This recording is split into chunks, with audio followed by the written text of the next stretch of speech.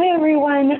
Welcome to today's CWA Students and Young Professionals webinar. My name is Connie Ho, and I am the Students and Young Professionals Secretary. And I'm really excited to have our speaker today.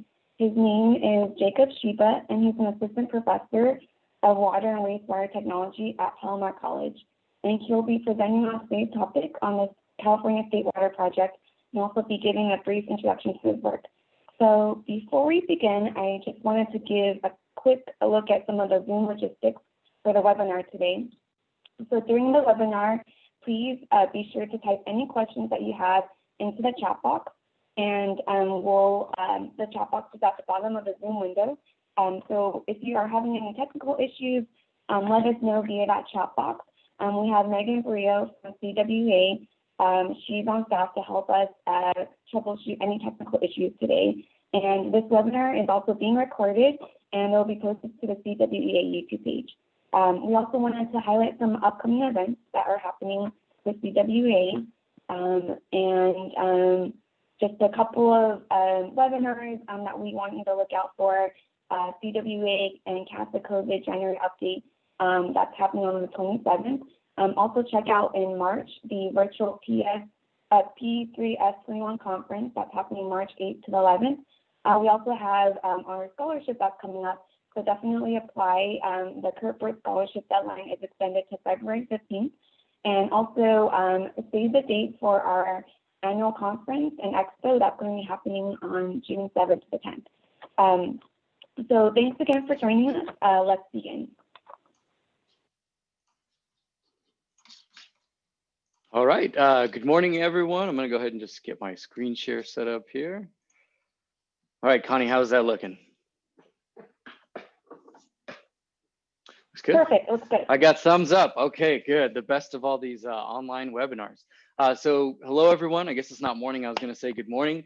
So good afternoon, and thank you for coming out today. As Connie mentioned, my name is Jacob Shiba. I'll be talking to you all today about the State Water Project here in California. Just a little bit more about my background, I suppose. I'm an assistant professor in water technology at Palomar College in San Marcos, which is located in south near San Diego here in California. I've been a full-time faculty member at Palomar College now for about 2 years. Prior to that, I worked at 2 different water agencies in both community affairs, and prior to that in water efficiency. And then before starting my journey in the public sector in water, I worked in a water quality lab through grad school, and also during school, I finished up with my bachelor's degree as well as my master's degree, both in environmental sciences. My master's degree really focused on water quality. I was lucky enough to work trying to improve water quality on different lakes and reservoirs all throughout Southern California. So yes, that's a little bit about me. And with that, we'll kind of jump right into it. Here's a brief outline of kind of what we're gonna be talking about today throughout the presentation. So we'll start kind of just looking briefly at California water resources, and then we'll kind of take a short dive into the history of the State Water Project. You know, one of the things that I struggled with putting together this presentation was the State Water Project is massive. And there's so many different parts and features and aspects you could talk about it. You could spend an entire semester class really learning about the State Water Project. So what we'll look at is just very small pieces, a fraction of really all the knowledge that's out there on the State Water Project. But we'll take a brief dive into the history behind it, because I think that that's really important. We'll look at some of the main features of the State Water Project, and then we'll also look at, well, where does all the water come from that feeds the State Water Project? And as we look at those water sources, we'll also look at the current and future challenges and solutions being faced. And then, of course, we'll have some time at the end for some Q&A. All right, so let's jump right into it. So I love to show my students this slide. Imagine the Earth, right, with all the water on it. It really looks like this blue planet, right? It's covered in water. It's the reason we call it the blue planet. We know most of that is, you know, coming from the oceans. But if we were to grab all of that water on the face of the Earth, on, in, above, right, everything in the atmosphere, all of it, if we were to pool all that water together and form it into one droplet, it would be about the size of that droplet that you see over Central America. Right, and so when we show all the water on this Earth, and we show that in scale with the size of the Earth, it's actually relatively small. right? It's this very relatively small amount of water compared to the magnitude of the size of the Earth. And so if you look next to that really big droplet, there's quite a bit smaller droplet. And that smaller medium droplet there represents all the liquid fresh water on this Earth. Right, so liquid meaning above the Earth, in the ground, everywhere we can find liquid water. And then there's a really, really small dot below there, right? As you move toward kind of Florida and that area, that represents all of the fresh water on this Earth that's available in lakes and rivers. So kind of when you think about, you see these vast river systems and large reservoirs, and you think, there's this sort of infinite sometime amount of water supply as it seems. But when you really look at it in scale, it's really just a fraction of the amount of water on the Earth, which is just a fractional size compared to the Earth itself. So the reason I highlight this is because that fresh water, the fresh water available in our lakes and rivers, that's really kind of what is the main component to feed the State Water Project, right? So that kind of leads us into where we as man come in, where we as human beings come in, where we have sort of taken this natural water cycle that typically exists, right? The cycle of evaporation, you end up with a bunch of clouds, you end up with precipitation, runoff, and this sort of natural cycle repeats.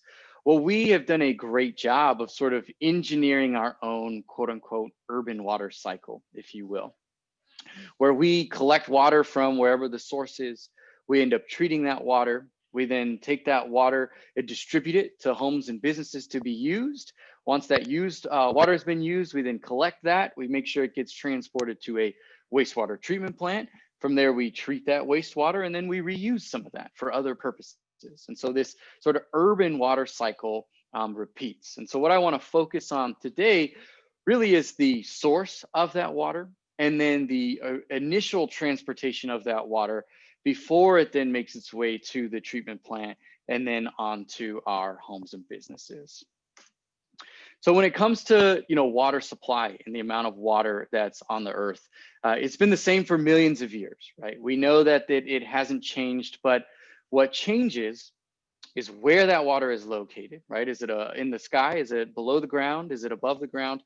And then in what form we see that water. So is it falling as snow? Is it mountains? Is it tied into the ice caps? Is it in our lakes and rivers? Or is it simply in the ocean, right, as salt water? So what changes is where that water is located and in what form we see that water. Right. And so now I want to look at just a couple of water agencies around Southern California and one in Northern California, and really looking at, of all the sources that are out there, where are we getting our drinking water? Where is that water coming from? So I wanted to start with the East Bay Municipal Utilities District, or EB-MUD, right, located up in Northern California. You can see here on the left of this graphic, we've got their service area over here. Now, even though they're located in Northern California, where water is much more abundant than it is down here in Southern California, where I'm coming from, you'll notice that within the service area of EB-MUD, their water resources are actually outside of that area. Right now, it's not too far away. You can see the Pardee Dam up there is really their largest reservoir that they've dammed, and that's where the water that runs off from that watershed eventually makes its way. It's where they store that water.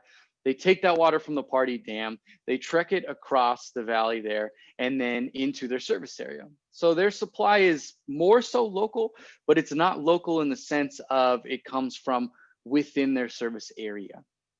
So they are dependent on the system that brings water into their service area, and they are also dependent on the watershed there in the Sierra Nevada mountains that supplies that drinking water to them. So keep that in mind as we look at these other water agencies. Now, when it comes to the Los Angeles Department of Water and Power, right? LADWP is a very large supplier for water in California. And we look specifically at the slice of their resources that comes from Metropolitan Water District of Southern California. I'll refer to them as MET typically throughout the presentation. When we look at changes from year to year, but there are a lot of years where a large portion of water that LA supplies to its people come from MET, right? And we know that MET's water comes from a lot of imported sources, right? So that's a big chunk of where their water is coming from. At a much smaller scale, I wanted to look at a water agency called Vallasitos Water District. I highlight Vallasitos because they're the actual agency that supplies water to Palomar College itself.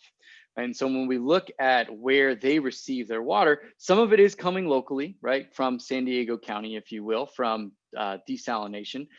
But a big portion of their water is imported, coming from the Colorado River Aqueduct, and then coming from the State Water Project, right, making its way from Northern California down to Southern California. Right? And so this water that Vallasitos Water District receives that's imported actually comes from the San Diego County Water Authority. Right, so the Water Authority has done a great job in diversifying its portfolio. They basically bring in all of the imported water into the entire San Diego County area. But if we look at the yellow slice of the pie there in 2020, you know, it may be only 11%, but it's still a good chunk of water. Almost 60,000 acre feet of water per year comes from Metropolitan Water District, right? Which in turn is being imported to us, right? So when we look at Metropolitan Water District, or MET, you know, they bring in imported water into the entire Southern California region, right? And they bring that imported water in to provide water to over 19, probably closer to 20 million people, right? And so amongst their many member agencies that they have, the San Diego County Water Authority is just one of those, but that does supply a large region, if you will. So when we look at where MET receives their water from, you know, almost half, right, over 45-ish% of Metropolitan's water comes from the State Water Project and the Colorado River Aqueduct, right? So Colorado River Aqueduct, you know, bringing water across from the Colorado River, which originally originated, you know, in the Rocky Mountains. The other side of that imported water comes from this State Water Project. So I bring up these specific examples to kind of highlight that in some way, shape, or form, a huge amount of water agencies, especially down here in Southern California, rely on water from the State Water Project. And even though maybe utilities like EV Mud don't rely on water coming directly from the State Water Project, they still rely on water coming from the Sierra Nevada watershed, which is all tied together, as you're going to see as we're going to continue to talk about. So essentially, the State Water Project, from a 10,000 foot view, the goal is to take water from Northern California and to deliver that water down here to Southern California. Now you're going to see snapshots of this map throughout the presentation. It's actually a really cool map provided by the DWR, and you can actually order a map like this for free. It's pretty big. I think it's like 2 feet by 3 feet. If you're nerdy like me, you have one on your little office wall where you are. Anywho, shout out to DWR. Thank you for that. So State Water Project, right? Our goal is to bring water from Northern California down here to Southern California. So let's kind of dive now into the State Water Project. So at its most basic point of view perspective, right? The State Water Project is designed to store and deliver water from Northern California to Southern California. And the amount of people it touches is close to 27 million, right? If you think about California having 40 million people in it, water from the State Water Project supplies a huge portion or a huge percentage of people, right? So in some way, shape, or form, most of us rely on this State Water Project. Now, the breadth of this project covers over 700 miles in length, which is pretty expansive when you think about how large California is. And it delivers 4.2 million acre feet of water per year. Now, if you're kind of a math nerd like myself, you're like, million acre feet, 325, 851. Okay, how many gallons does that equilibrate to? That's over 1.3 trillion gallons of water are delivered from Northern California and spread kind of throughout the area from the State Water Project, right? Not billion, but trillion gallons of water every year. And of course, that amount of water fluctuates year to year, depending on the availability of these resources, but we're going to dive deeper into that towards the end of the presentation. So I wanted to kind of start the State Water Project looking at really kind of a brief history. And these are just kind of main events that I've chosen to kind of highlight. And it really begins sort of back in the late 1800s, right? So in the late 1800s, specifically 1873, this was the first time that the federal government said, you know, we need to investigate water resources in California. And so we're going to do that by issuing our Army Corps of Engineers to go out and look at California's water resources. Now, the reason the feds had their eye on California at this time was right around the mid 1800s was the gold rush. And so we had this huge rush, influx of people into the area. Now, of course, people coming into an area, we need water to drink and we need food to eat. And so we need water to be provided for our crops. We need water for any of the different functions in commerce or anything like that. So we have the gold rush coming in, all this kind of new growth of people, of commerce in the area. And now the Fed see, okay, we need to actually look at the water sources in this area. We need to see what's going on, right? It could have brought light to this. And so the report that came out of this first commission really focused on the Central Valley, right? And the Central Valley still today is still one of the most productive farmland areas in the world, really. And this was seen, back in the 1800s as being a really vital part to the future of California. And so this report focused on the need for bringing water into the Central Valley, the need for irrigation. And the recommendation in order to do that was to start to develop the Sierra Nevada watershed. So even back in the late 1800s, the feds saw that, development of this watershed is going to be really important for the expanse of this state, for the growth of this state. Now, a couple of years later, the state of California kind of followed in suit. Right, so in 1878, California decided, let's have our own comprehensive study of water resources throughout the state. And the focus was really in Northern California. That's where most of the growth and the development was. And so what came out of this study in the late 1800s really focused on where is all of our water? Where is it coming from? Where is it going to? It even focused on flood control and improving navigation through the different waterways in Northern California. Right, so the late 1800s, we are seeing at the Fed level and the state level, water is really important. And we really need to look at this and we need to see what's going on with water. Now, when it comes to government, many of us are familiar that things often move slower than we'd like them to. And you'll see from these dates and these timelines that even back in the 1800s, early 1900s, things moved even slower than they do now, right? So late 1800s, we've now fast forward to 1919. So Robert B. Marshall worked for the USGS, the United States Geological Survey. He was really the first person to propose that, hey, we have all this water in Northern California, right? We have this advanced, very large Sacramento River system.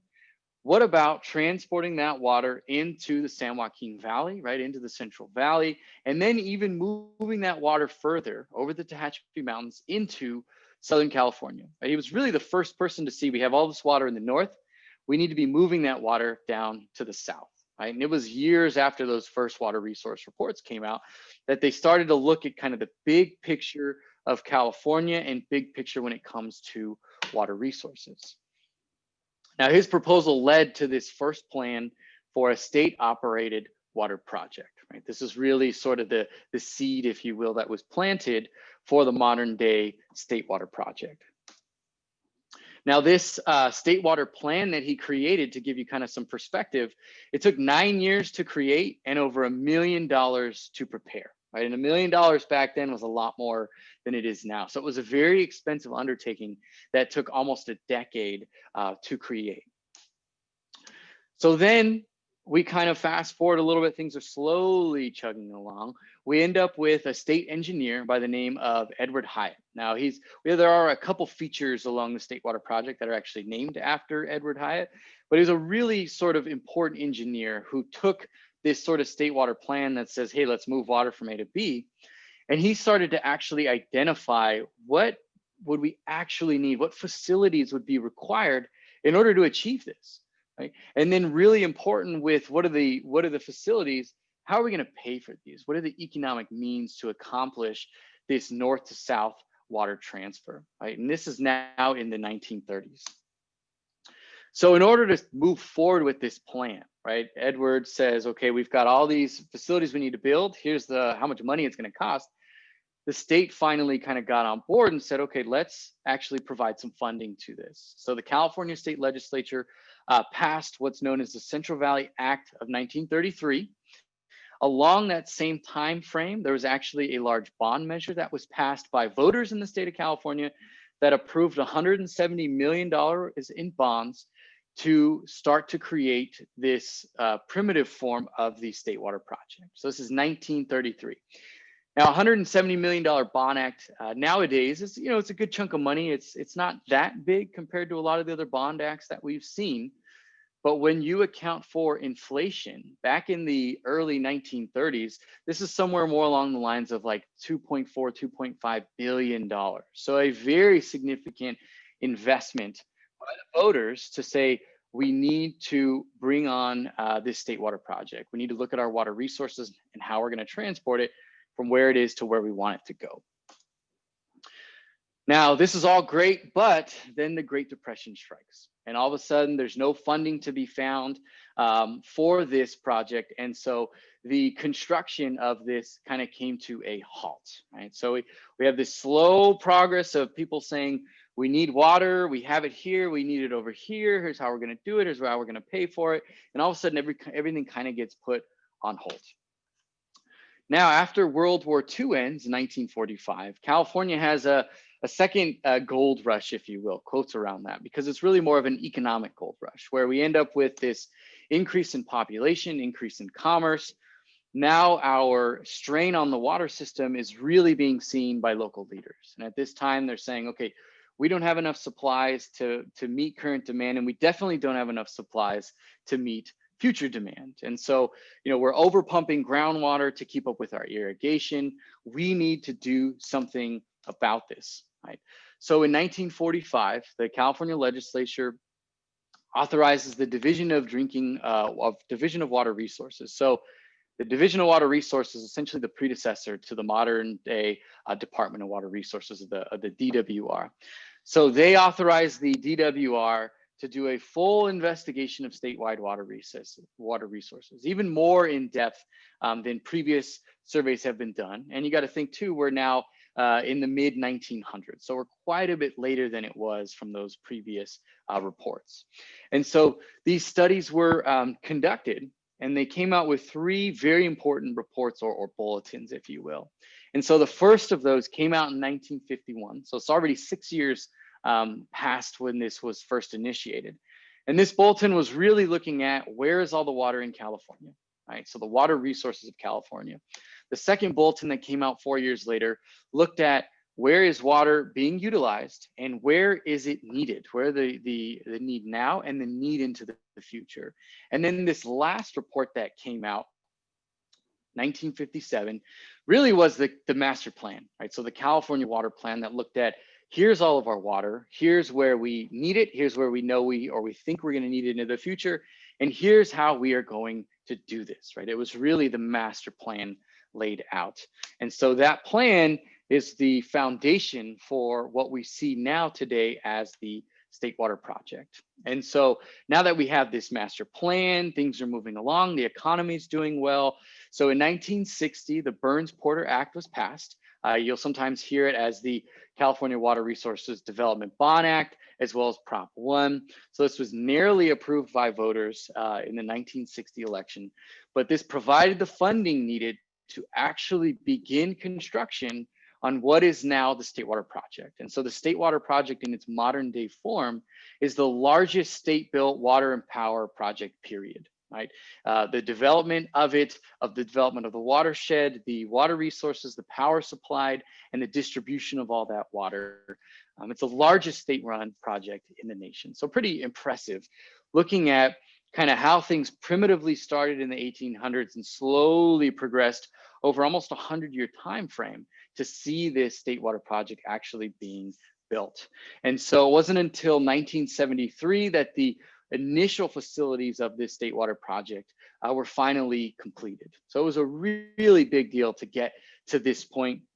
And the State Water Project was continuously developed from then even to modern day now, where we are expanding on it, improving it as technologies begin to improve, replacing aging infrastructure.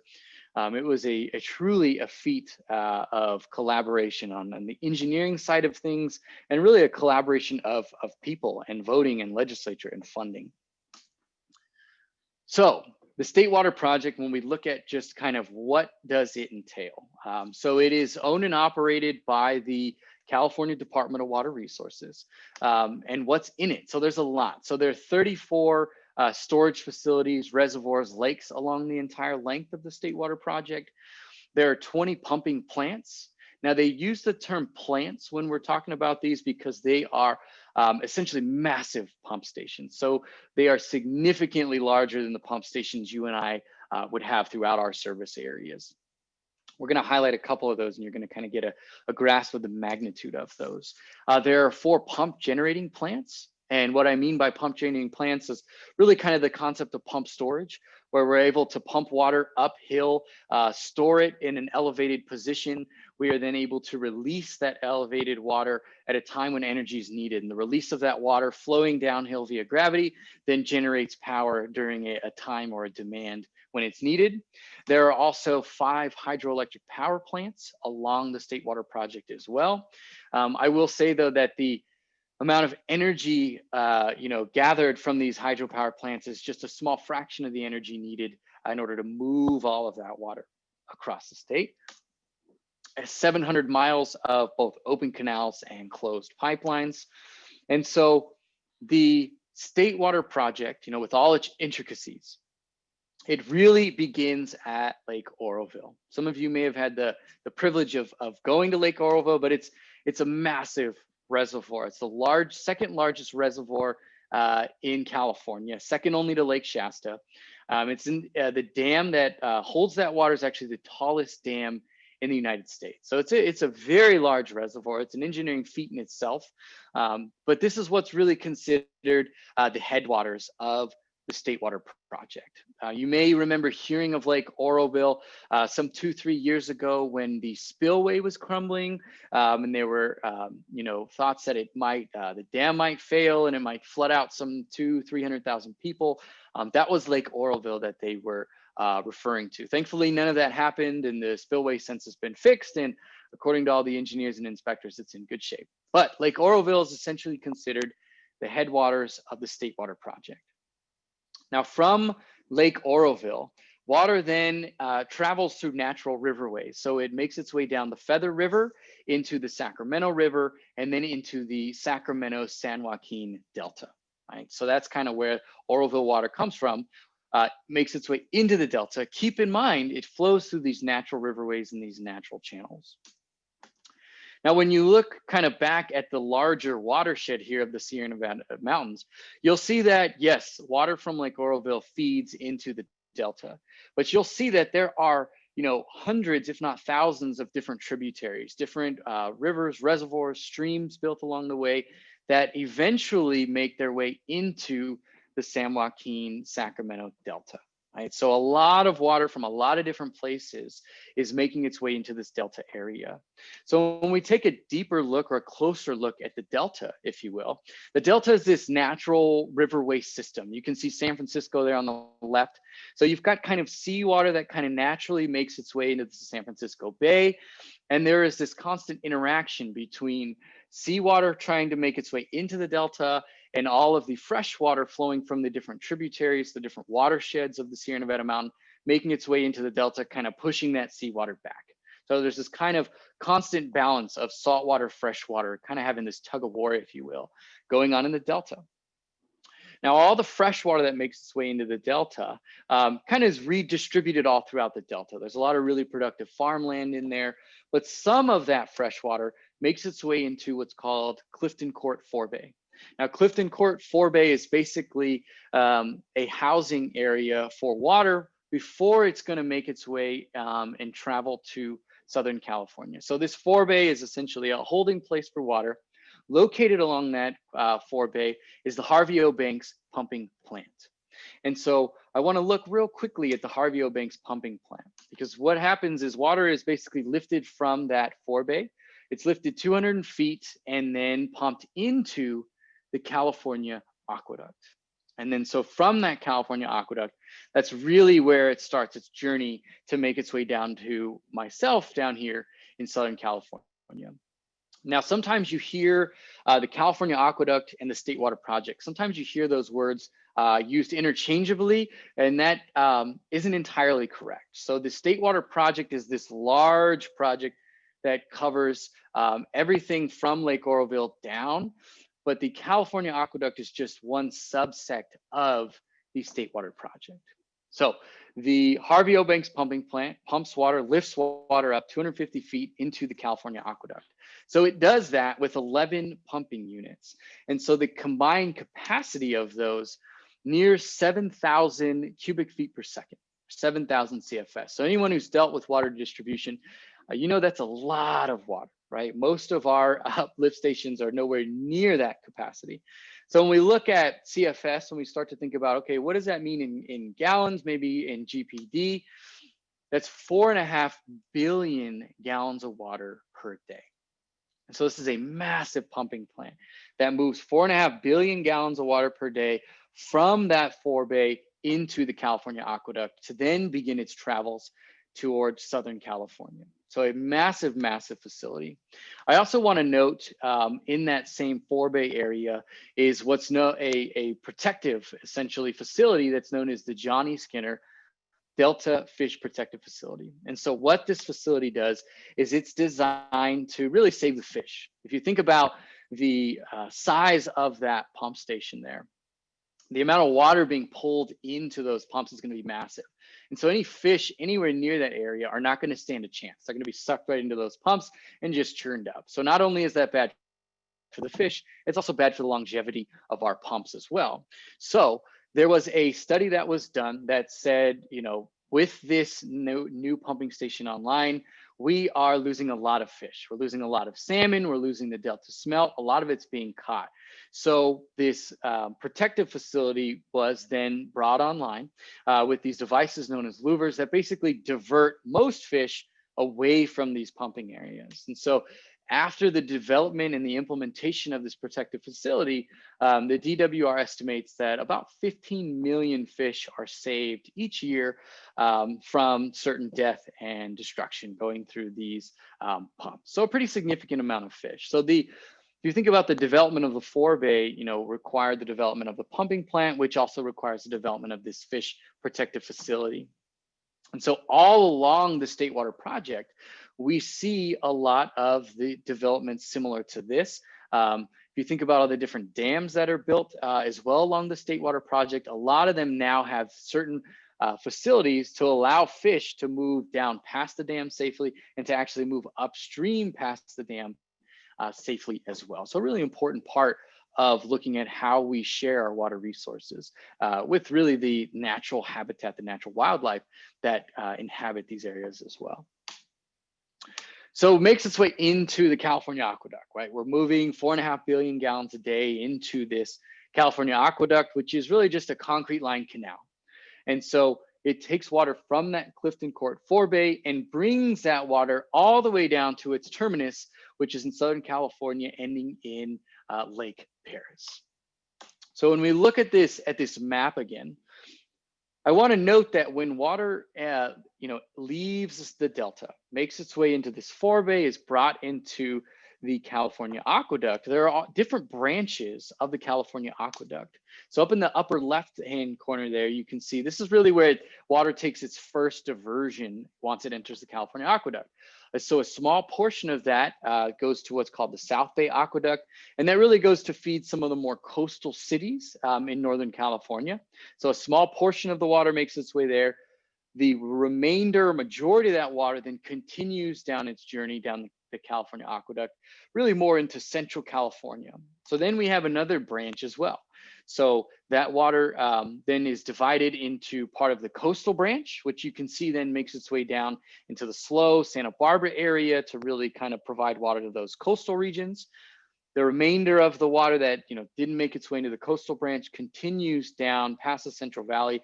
Part of that water is then again diverted. You can see this is where the water from Pyramid Lake or Castaic Lake, which some of you may have heard of, water from the State Water Project through the California Aqueduct makes its way into those reservoirs. And then a portion of that water still continues down the California Aqueduct until it makes its way into the terminus or the endpoint at Lake Paris or the East Branch extension.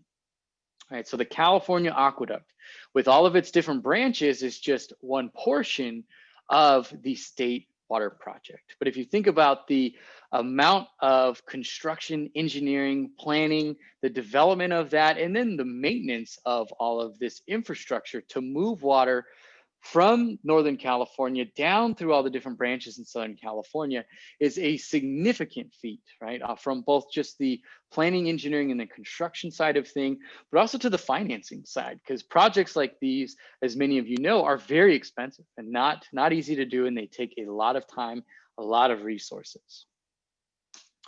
So I want to note one of the specific pumping plants that is just kind of mind-boggling of how large it is. It's called the Edmondson Pumping Plant.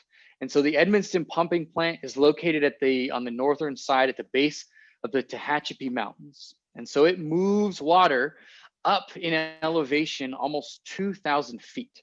And so the Tehachapi Mountains, more of you might be more familiar with the quote unquote, the Grapevine or the Tejon Pass.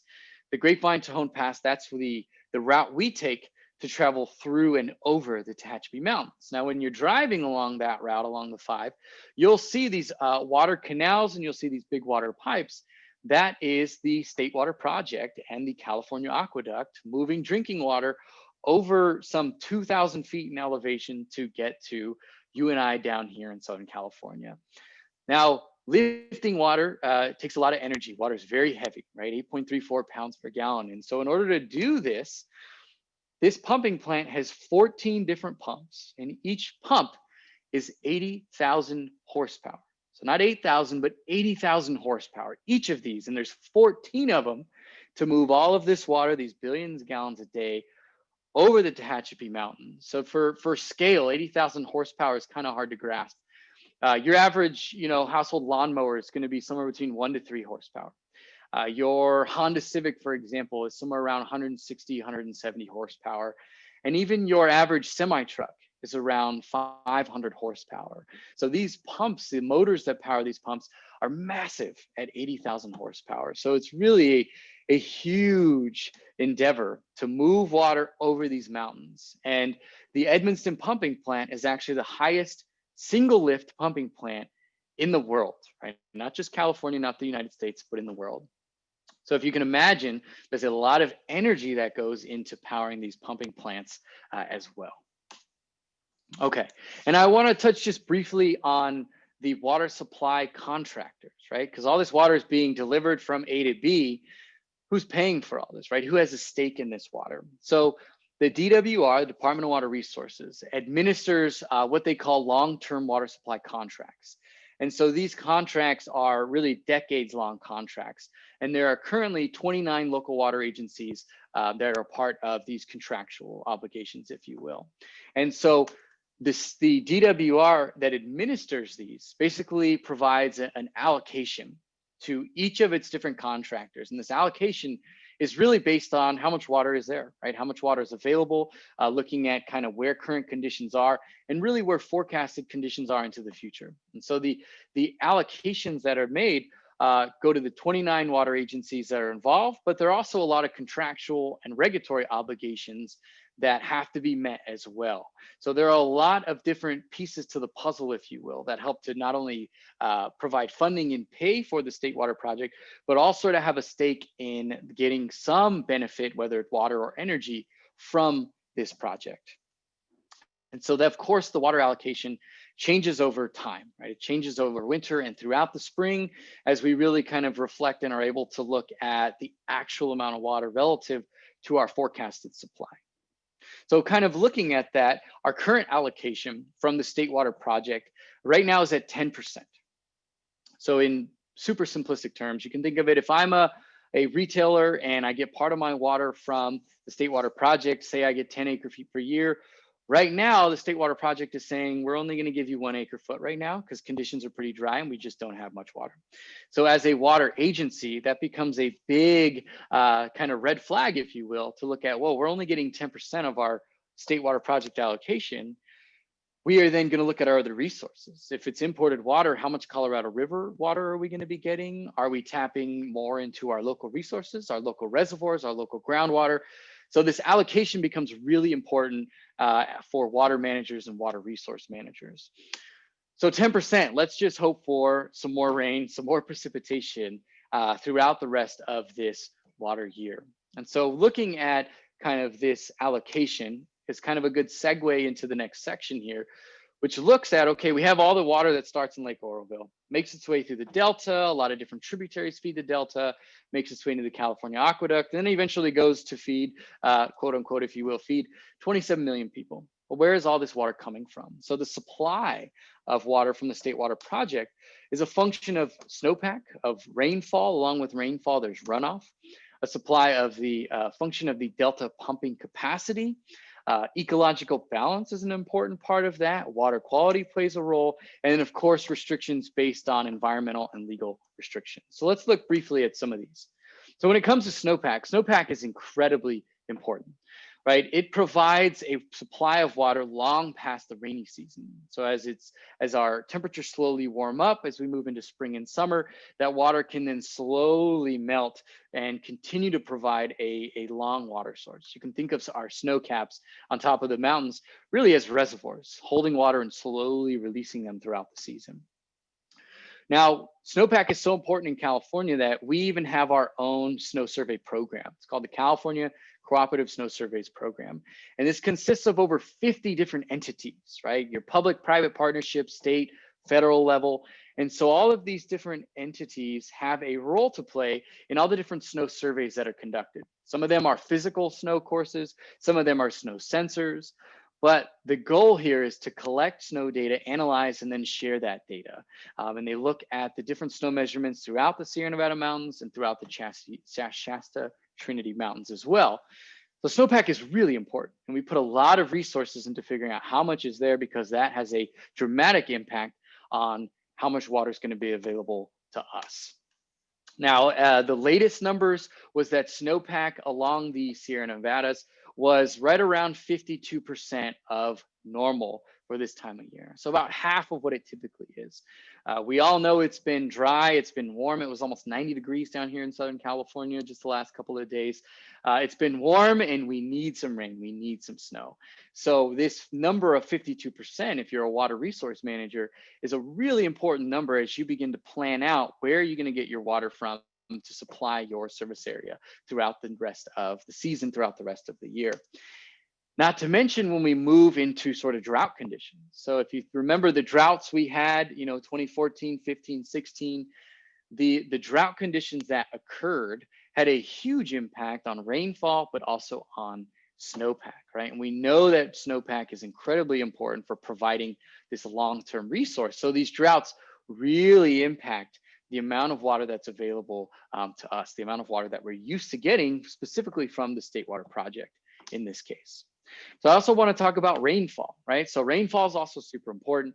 That is that immediate water supply. We've gone through this long, dry summer period in most, if not all parts of California. We get to the winter, we get to the rainfall, and it's an immediate water supply, right? And so the vegetation, the animals that live in the areas where that rainfall falls, the people in those areas, we depend on typical amounts of rainfall during normal rainfall periods, right?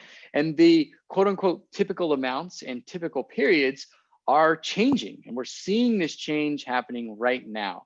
So the amount of rainfall and the timing of that rainfall is really being impacted as our climate continues to change. So that's something that's really important for water managers to look at. Almost every agency in California has essentially a plan of how are our water resources going to change with climate change, and what are we going to do to ensure that we can continue to provide those resources to the people in our service area.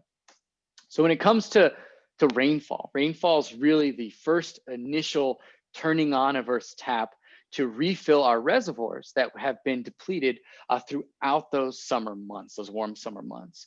So the DWR actually has a really cool resource. If you go to waters.ca.gov, where you can look at actual reservoir levels all across California, and they're updated daily, right? So it's a really cool tool to look at how much water is in these reservoirs, how is that relative to normal, and how is that relative to the capacity of that reservoir. So rainfall is really important for all the life that inhabitate those areas, and also really, recharging all of our reservoirs, and therefore then being able to be moved into our service areas to provide water for us.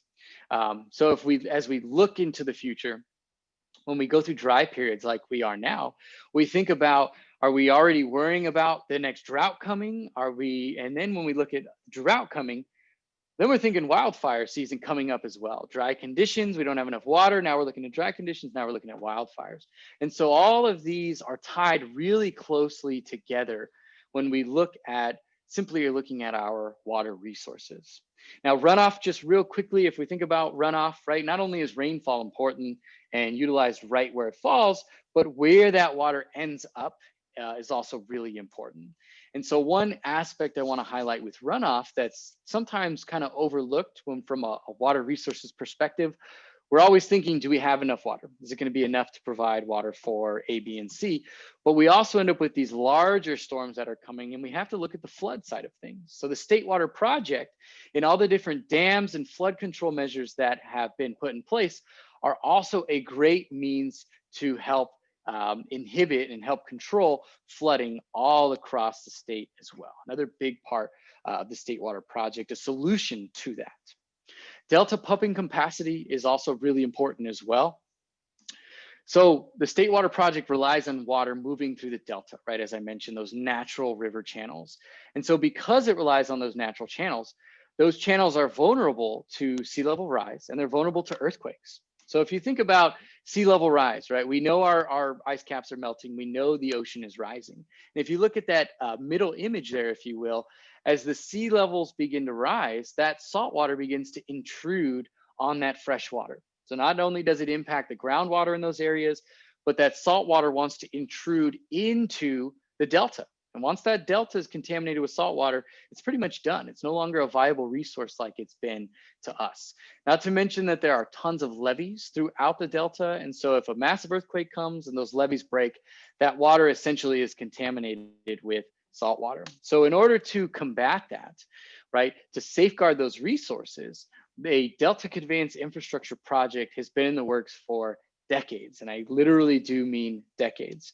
And so this project is designed to move water from north of the Delta directly to south of the Delta. So essentially, we're just trying to skip the Delta itself. So you may have heard of the California Water Fix, twin tunnels. It's now actually a single tunnel. But the goal of this project is actually to build a massive underground pipeline that delivers water from north of the Delta underground, skipping the Delta completely, and then popping out south of the Delta, providing water back into that Clifton Court Forebay. So this is what's been called the California Water Fix. There have been a lot of battles and a lot of planning and a lot of changes with this project, being that it's some $15 billion. But it is a project that's essentially trying to skip the Delta and the vulnerabilities of the Delta from earthquakes and sea level rise. So a really important project to really kind of keep your eyes on. And then of course, ecological balance is really important as well. There's a lot of life that depends on the Delta, right? Thousands of different species. And so these species rely on each other in this very complex food web. And of course, water is a key component to that success. I want to bring up just real quickly the Delta smelt.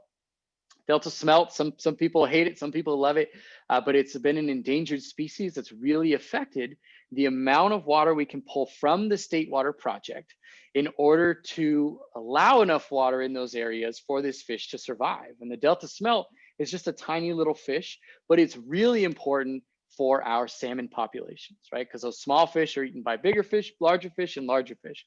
And so the salmon population, especially in Northern California, is really important, right? Some people's livelihoods depend on it. A good chunk of salmon delivered to the rest of the world comes from this area. And so it's really important to make sure we maintain these ecological areas to support the life that lives in these areas so that we have enough water for where we want it, but we're not pumping all these different rivers and reservoirs dry. I want to touch briefly on water quality as well, right? So water quality is impacted by a lot of different things. In the sake of time, I'm going to kind of run right into this image here. This is an image from Lake Oroville, right? Essentially the headworks of the State Water Project. There have been huge fires in that area just, September of last year. So if we think about after this fire is gone, this area is burned, it's dry, it's covered in ash. So when it rains, all of that debris is then washed into Lake Oroville, which can have an impact on the quality of that water and can really become a nightmare, if you will, for us as water distribution and water treatment operators who now have to deal with that degraded water quality. And then, of course, there are tons of environmental and legal restrictions. There are tons of lawsuits that occur almost on the daily that is a fight of who gets what water and how much we get it. And are we saving enough for the animals, but we want to pump more for farmland. So this is a whole nother piece of that puzzle when it comes to the impacting of our state water project sources. So I want to kind of end the state water project talk here with what can you do to have a role in California's water resources. So one thing you can do to have a positive influence is just conserve water, right? The less water that we use is the less water that needs to be moved, the less water that needs to be pumped. So you're saving water, you're saving energy, and you're also preserving those water resources for future generations. You can become a citizen scientist or volunteer to help the different organizations that are out there protecting our water resources. You can support brands and organizations that have a positive influence and impact in our water resources. A big thing you can do is lower your carbon footprint. Right? Lowering your carbon footprint, helping to fight climate change is going to have a huge impact on California's water resources. You can work for one of the many organizations, which a lot of you already are, that are out there in the water industry. And then, of course, continue to educate yourself. Continue to learn more. One of the ways you can do that is by attending colleges. So real quickly, I just wanted to talk Palomar College, our water technology program. We do have courses that we're offering this spring in water and wastewater. The semester doesn't start till February 1st, so there's definitely still time to enroll. All of our lectures are online, so you can take those classes from anywhere. You can get a certificate of achievement, an associate degree. I just want to show you the last slide here. Here are some of the courses we're offering. In spring, we have our water math, our water distribution, water treatment, advanced wastewater treatment. We have our backflow tester training, electrical and instrumentation, as well as public works management. So you can learn more at palomar.edu. So with that, I'm sorry I had to breeze through the end. I know I'm a little bit over my time, but that's all I've got. Connie, you want to come back on for some Q&A? Yeah, great. Thank you so much, Jacob, for sharing all that insight. Definitely a very complex piece of infrastructure, as you were mentioning. So we have a question here from John.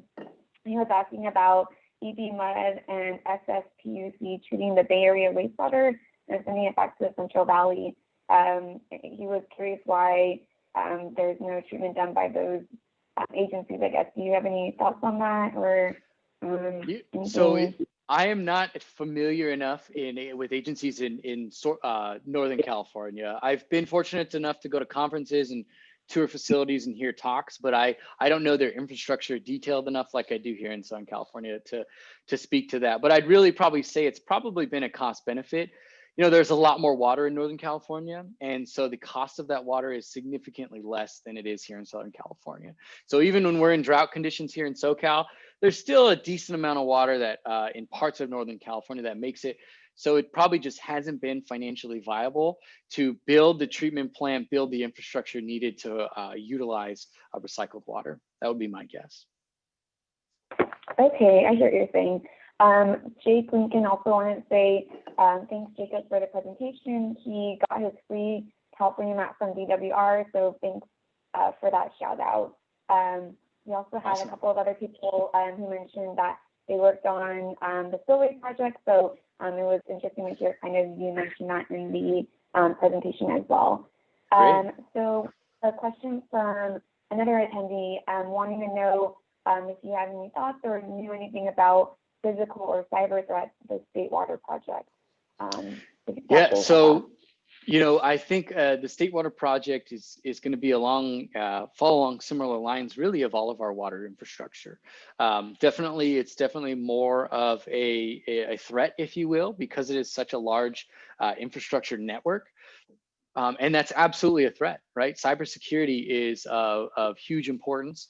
There are folks at the DWR who that is their job, right? They are IT professionals who deal in nothing but dealing on the IT side and dealing with cybersecurity. I think it's something that we as water providers have kind of always had in the back of our head. We need to protect our infrastructure and protect our network. yeah, I don't think it's right now. I just don't think it's high enough on the list to those trying to get into our kind of cyber networks, if you will, when it comes to what they can steal directly, like the huge government hack that happened not too long ago. Targeted mostly government, some private agencies, but really was about information more so.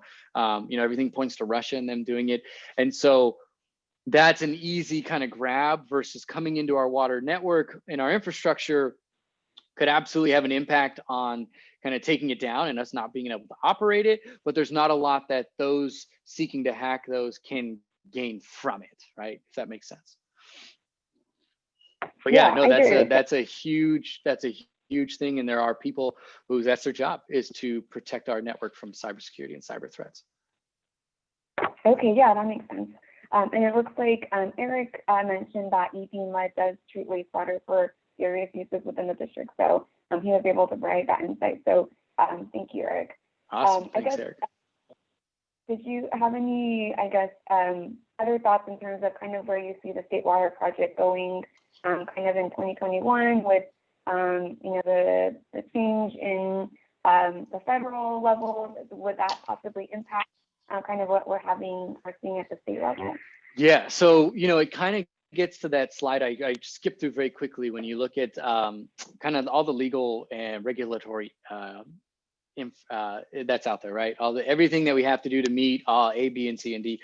And so there are always lawsuits of farmers saying we're not getting enough water to grow our crops, from environmental groups saying we're not allowing enough water for the Delta smelt to survive. And so, that's going to be a constant battle. I think the current, the incoming administration, if you will, definitely sees climate change as something that needs to be dealt with. And I think that it's going to be woven into every policy that the new administration kind of passes down from the federal level down to the state level and to the local level. So that's absolutely going to have an impact, definitely. I think for the future of the State Water Project, it is really about ensuring, the reliability of our long-term water supply, right? That's going to be a huge thing because, the sea levels are rising, right? And so no matter what, when you look at long-term, the long-term health of the Delta, the long-term outlook is not very good. Right, it's really looking like over time the Delta is essentially going to be contaminated with seawater, and whether it's large storm surges that do it, or it's just the sea level rises so much that it's going to end up permanently damaging it. So things like the California water fix are going to be really important. So that's a really big focus. And then I think there's going to be a lot of movement on the balance between water being provided for the environment and then being provided for farmers and being provided for us as consumers. But one of the great things that's continuous is our improvement in technology, right? Improvement in infrastructure, in efficiency of that infrastructure, conservation from a local level to a district-wide level to a state level is also just really important, right? I mean, the less water we use, the more sustainable we're going to be for the future. That's really good to know. Yeah, you bring up a lot of good comments. And then, were there any other closing thoughts that you wanted to impart on today's attendees? It looks like, we're coming close to the end. So, any other final comments that you wanted to say today? Yeah, I guess, I appreciate you inviting me to give this talk. There's so much to learn about the State Water Project, and there's so many really cool resources. One thing I will mention, if you want to look more at the infrastructure of the State Water Project, the Department of Water Resources has an app, if you will. I think I don't know if it's Android, but it's definitely on the iPhone, where you can take a virtual reality tour of the State Water Project. And you can look at the head books, the Forebay, all the way down through the different infrastructure to Southern California.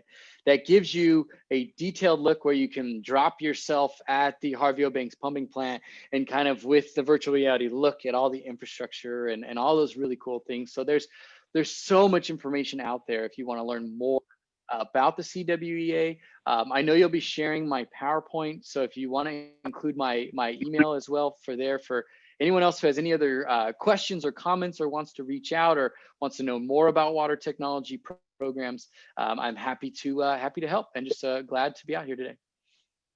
That sounds great. Well, thank you again, Professor Shiba. And thank you for everyone who joined us today for the Students and Young Professionals webinar series. Definitely stay tuned to the CWA website for upcoming SYP webinars. And we also will be sending out a survey. So check out the survey link and just let us know what you thought of today's presentation. And thank you again, everyone. Hope you have a great rest of your day then. All right. Bye, Connie. Thank you.